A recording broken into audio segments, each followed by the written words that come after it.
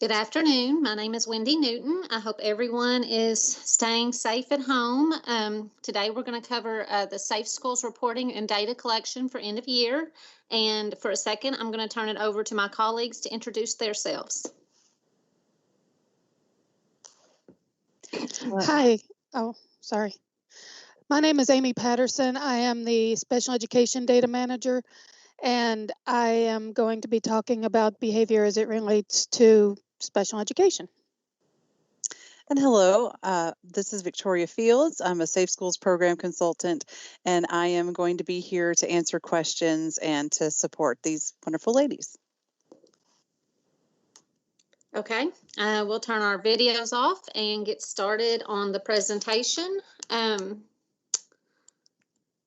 The first thing that we want to reiterate, which is something we do with all of our trainings because it's very important, is to make sure that everyone is aware of the data standards documents and that you understand that those documents should be shared with staff in your division or in your district and schools who are responsible for data entry of behavior or special education. So there are links here to the data standards. We keep those up to date based on any changes within the school year with IC releases or any other updates that are needed to be made. We will talk some about some of the changes for behavior data standards for the 2021 school year that are coming up after we get through the end of year reporting slides. There's also a link to the interim alternative educational setting guidance. This has not changed. It's been the same for several years, and it is now pulling from the Safe Schools report, which that's been happening for a few years now. There are not a lot of these incidents in the state in the entire school year, usually maybe 30 at the most. But those are very rare, but they do only involve special education students. But those instructions are very good and thorough, so please reference those if you have an incident such as that in your school or district. And then we've also got various resources and trainings. Any trainings that we conduct are posted on the Safe Schools data collection and reporting page. There's a video series there that's segmented. So if you want to look at different portions of the data standards, different sections of the data standards, you can do that individually or you can do it in its entirety. I'm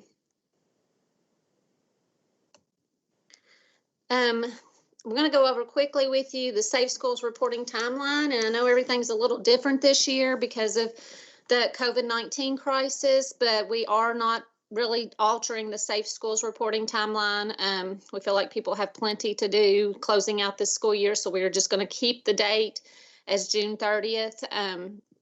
The May 1st is the official opening of the data verification. Obviously, we advise districts to run the Safe Schools report throughout the year and clean up any errors or warnings as you go, but that's the official opening. That will stay open until June 30th. During that window, you'll want to generate your error warning report for Safe Schools and work to resolve the errors and warnings. And then you'll want to generate the Excel file to verify accuracy of the data produced. And then June 30th, the window closes. So by June 30th, we will anticipate that all superintendents have verified the Safe Schools data and that all directors of special education have also verified the special education Safe Schools data. Amy and Victoria will be sending out surveys. Victoria usually sends out the superintendent or Safe Schools administrator survey, and Amy will send out the director of special ed survey sometime in May. And again, every district will need to verify in both of those roles. On July 6th, KDE will extract the Safe School data from the IC reporting warehouse. So the same as every other year, no data is required to be submitted to KDE. The data will be pulled from our database here.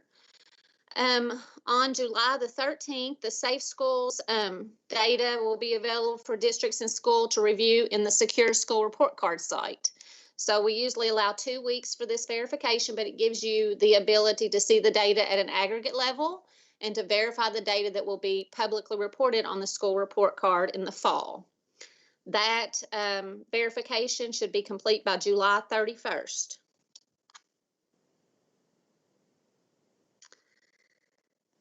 The Safe Schools criteria, this is the same as previous years. Any behavior event that involves bullying and harassment, weapons, drugs, alcohol or tobacco, assault or violence will be included on the Safe Schools report, and that is regardless of resolution.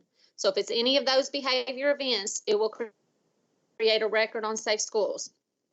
Also included in Safe Schools would be any state resolution. So any of your local codes that are mapped to a state resolution of in-school removal, out-of-school suspension, expulsion with or without services, corporal punishment, restraint, seclusion, or interim alternative educational setting will produce records on the Safe Schools report if attached to a student.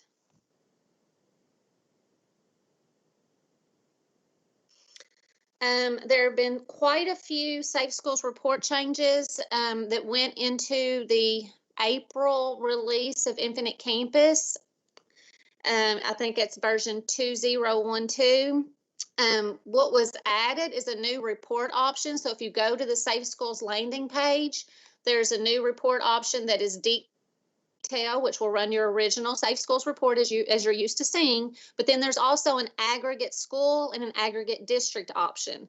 This is going to be really valuable in your validation of Safe Schools data this year, and along with assisting you in validating the data that's displayed on the school report card. So that's going to give you the data in an aggregate format, exactly the way it will be reported on school report card. And we'll go through that a little bit later on a later slide, but I do want to highlight that as one of the big changes. The detail report, we've added quite a few fields this year.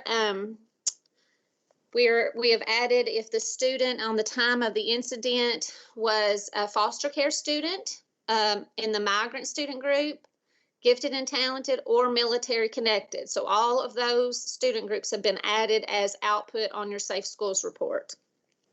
Another big change that occurred is the logic for the special education status of a student has been updated to the day, was the student special ed on the day the incident occurred, as opposed to the status on December 1. So that's a pretty big change. So you'll definitely want to pay close attention to your special education records this year.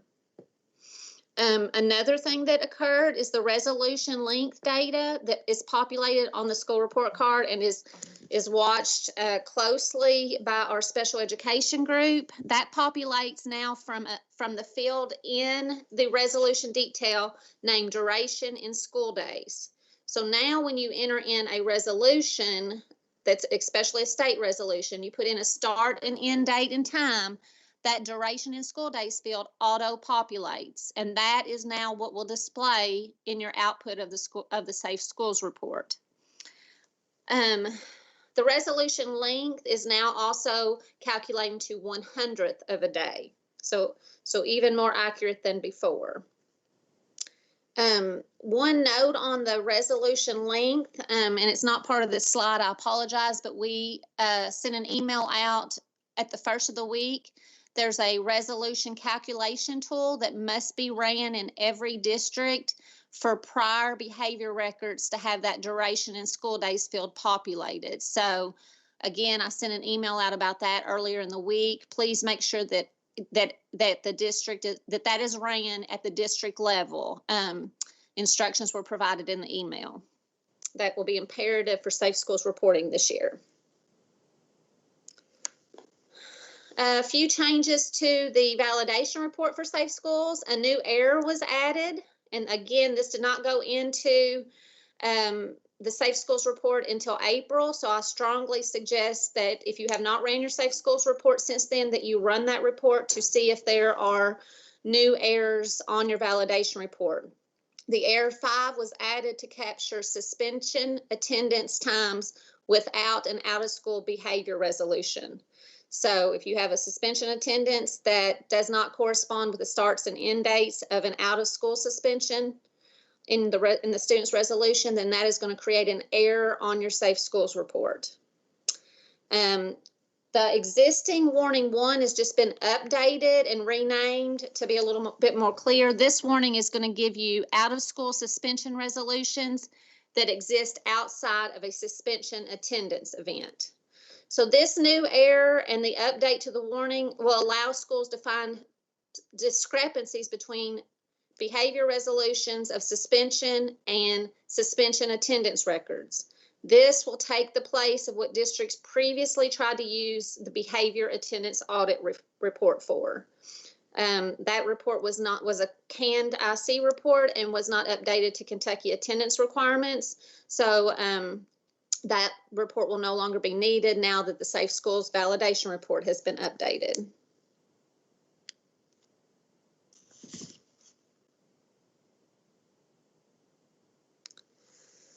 The data verification, any errors produced on that validation report must be updated or must be resolved. I'm sorry. They must be resolved because the student record will not produce on the Safe Schools report if not. The errors are displayed there on the slide. Error 1 are state resolutions missing start and end dates and or start or end times. Error 2 are state resolutions without a state event code. Error 3 are events without a participant.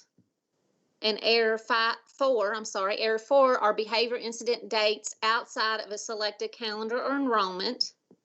And error 5 is the new error that will capture behavior attendance without a corresponding out-of-school resolution. Again, it is imperative that all errors are resolved before validation of the Safe Schools report by your superintendent or your director of special ed. The validation report will also produce warnings. Warnings are just what they sound like. They're warnings, and they will produce records on the Safe Schools report if not resolved. However, you will want to review and see if resolution is required because the data outputted on the Safe Schools report is very important. So if the warnings can be resolved, please do so. The first warning is an out-of-school resolution that exists outside of suspension attendance. Warning 2 has to do with your restraint and seclusion, restraint or seclusion resolutions without a behavior response. And then I'm going to skip just a second to warning 4 because that's a restraint or seclusion response without a resolution. So as everyone is aware, according to the data standards, if a restraint or seclusion resolution is used, then corresponding data has to be entered into the behavior response section. So these warnings will capture those missing data on either side.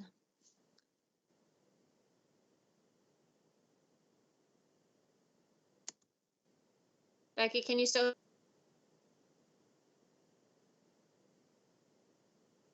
I'm sorry, Wendy, you cut out.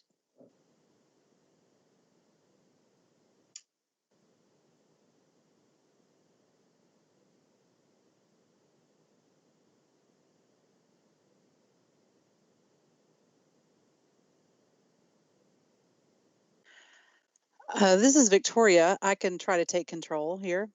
Okay. Let me see if I can get it here. So I think she finished this slide.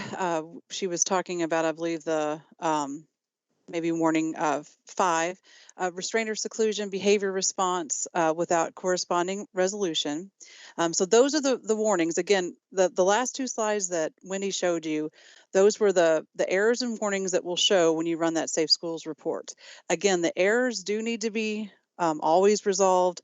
The warnings, you want to try to resolve them as appropriate. Sometimes you may not be able to, but you want to try to do that. And if you have any concerns or issues with that, just let us know and try to contact us. And incidentally, everyone at KDE, all of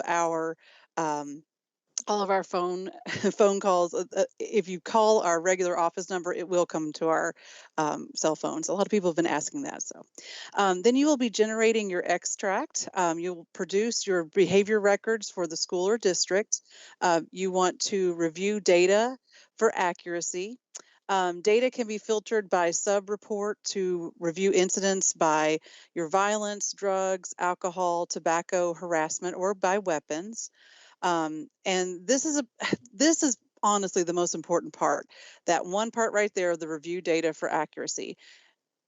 everything that's going to show up on all of the reports, and particularly your school report card, that it's all going to be there. And this is your time to check this and make sure it's accurate. And if you're a very large district, then obviously you're really going to want to focus on your school folks looking at that. But your school folks need to look at that no matter if you're in a large or a small district. But make sure you're looking through there to make sure that this is truly accurate. For our next slide here, I'm going to let Amy take over to be able to talk with us about the special education discipline data. So we report special education discipline data a little differently than we report discipline data for all students. Special education actually does look at the length of time a student was removed. And this is how we report it to the federal government. We report in-school removals and we report out-of-school removals, and it's broken into two groups, up to 10 days and greater than 10 days. And then we also report the count of all removal events. So for those categories that were on the previous slide, a district can be determined to have disproportionality if it is removing students with disabilities of a given race at a rate of 3 times or more students with disabilities of all other races. So, and you can be identified in any of those categories. So in-school removals less than 10 days, in-school removals greater than 10 days, and so on. So it's important to make sure, again, it's done by race. So it's important to make sure you are being fair in how you are removing students, if you have to remove students.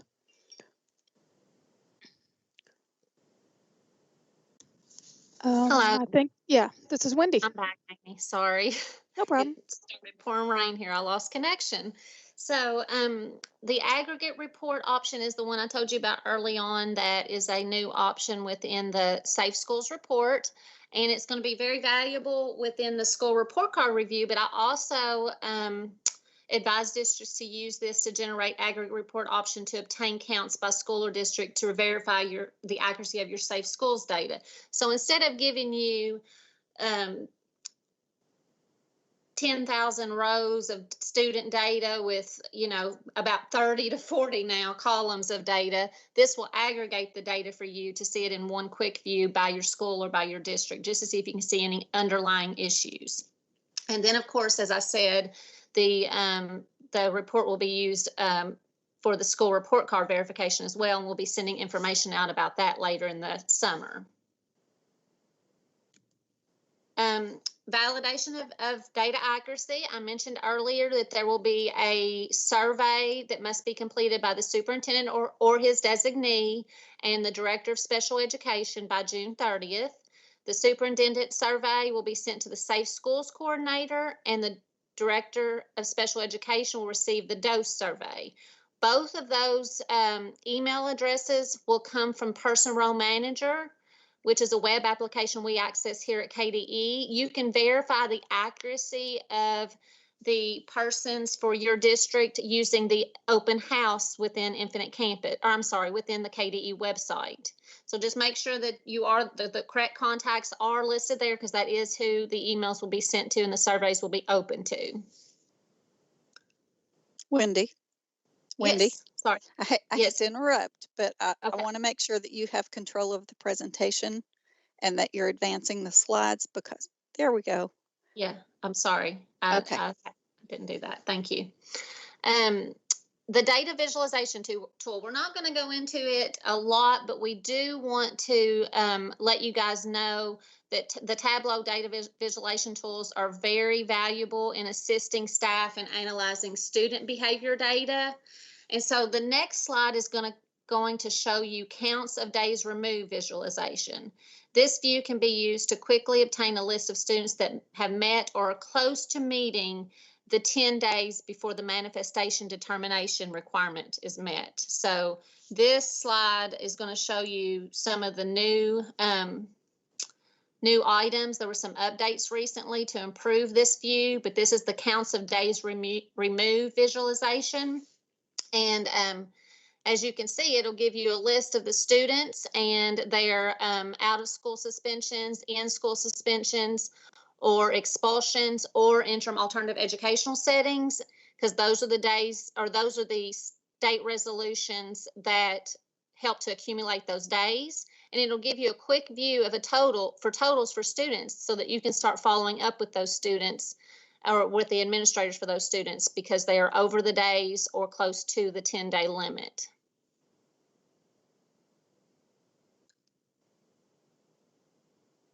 So what we want to go through next, that's pretty much the end of year reporting. As always, if you have questions, just let us know. But there are some major changes coming to the data collection for 2021 school year, and we hope to get updated data standards out to you guys in May so you can prepare for through the summer for trainings and getting your Infinite Campus environment set up appropriately. The definition of in-school removal will be expanded to include removals during non-instructional time. So that will include if a student is removed from lunch, recess, or study periods. So it's basically, is a student removed from their setting during the time the bell rings in the morning till the bell rings in the afternoon. So that is a pretty big change. Previously, it was based on instructional time only. There's also going to be a new state code added to Infinite Campus, hopefully in a release here soon, for in-district removals. So once that's added, you'll need to look at your local resolutions and determine if they need to be updated to be mapped to this new in-district removal. So this is basically when a student is removed to another location. So if their regular setting is in one school and they're moved to an alternative school off-site or to another school in the district, then they need to be, the in-district removal code needs to be used and selected. So the 2021 behavior data standards will reflect these new items. So behavior reporting changes for 2021 just based on these new updates. And again, this is for 2021 school year. All resolutions of in-school removal and in-district removal will be included in the Safe Schools report. The school report card will aggregate records for these two codes and report them together. Also, for school report card, any resolution of in-school removal or in-district removal that has a length of 0.5 or less, or half a day or less, will not be included in the school report card. And again, that is for 2021 school report card. So that's a pretty significant change, and we'll cover that more throughout the year next year, but we did just want to let you guys know about that. So as always, if you have questions, you can contact me via email or Victoria or Amy, especially Amy for those special education related behavior questions. Our phone numbers and extensions are available there. And Becky, do you have any questions for us in Go Soapbox? Yes, we do. One of the first ones, I'm hearing an echo. I'm not sure if you all are. One of the first questions that we have was, if we find resolutions whose duration is not calculated correctly, who do we contact? They can contact me, Wendy Newton, and we can work through it. That resolution calculation tool that I mentioned earlier and that we sent an email out about on Monday, that tool is supposed to resolve those issues. But if you're still seeing the issues after that's been done, then definitely please contact me and we can work with IC if needed. Okay, and the next question is about that calculation. How far back in school years did the resolution duration calculation go? The current school year that's selected in the toolbar for the 1920 resolutions are the only ones that are affected by that for reporting. Is the behavior attendance audit complete? I think they're just talking about the report. Is the behavior attendance audit report completely deprecated and no longer needed? We find that this report doesn't always give accurate data. What report is replacing the behavior attendance report? Yes, so the behavior attendance report, like I stated earlier in the presentation, does not always calculate based on your early release days, your delays, or your NTI days. So that report we advise to discontinue use for Kentucky. Again, it's a canned IC report, and it doesn't take into account the Kentucky attendance in every aspect. So discontinue of that report and now begin, because we have the new error and the updated warning that will cover both of the errors that you're receiving on the behavior attendance report. You will run the Safe Schools validation report now, and you can use the error 5 and the warning 1 to clean up that attendance and behavior resolution discrepancies. Okay, I think that also took care of another question that had been entered about that same report. So how is the restraint tab useful? The restraint and seclusion tab should no longer be used. We have that restraint seclusion started being calculated on the behavior management tool in Infinite Campus as a state resolution. I do not think we've used the resolution, the restraint seclusion tab, custom tab, since 2013.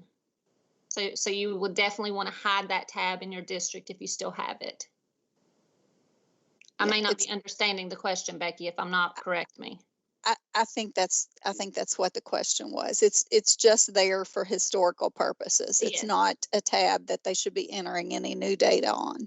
That's correct. And even historical purposes at this point, I would only have, just a few people in my district that would need access to that at this point. But that would be a local district decision. But it is discontinued use. All that data is entered in behavior management tool now.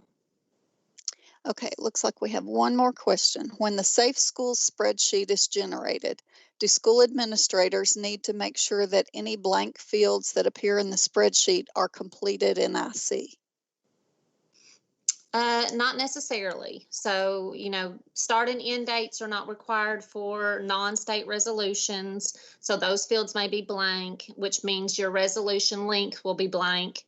So not necessarily the case. Okay. If they have specific questions, please have them reach out to me or Victoria, and we can look at their reports and give them advice based on that. Okay. Yes, this is Victoria. We'd be happy to help with that.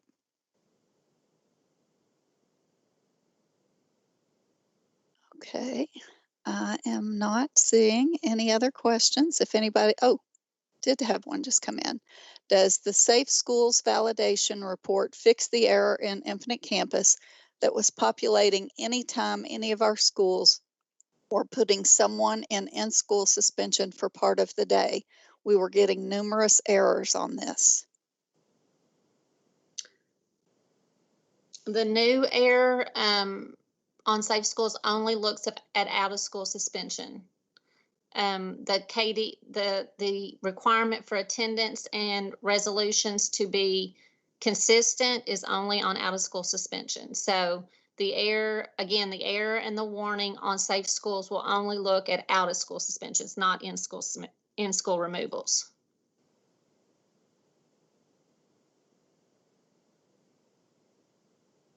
Okay.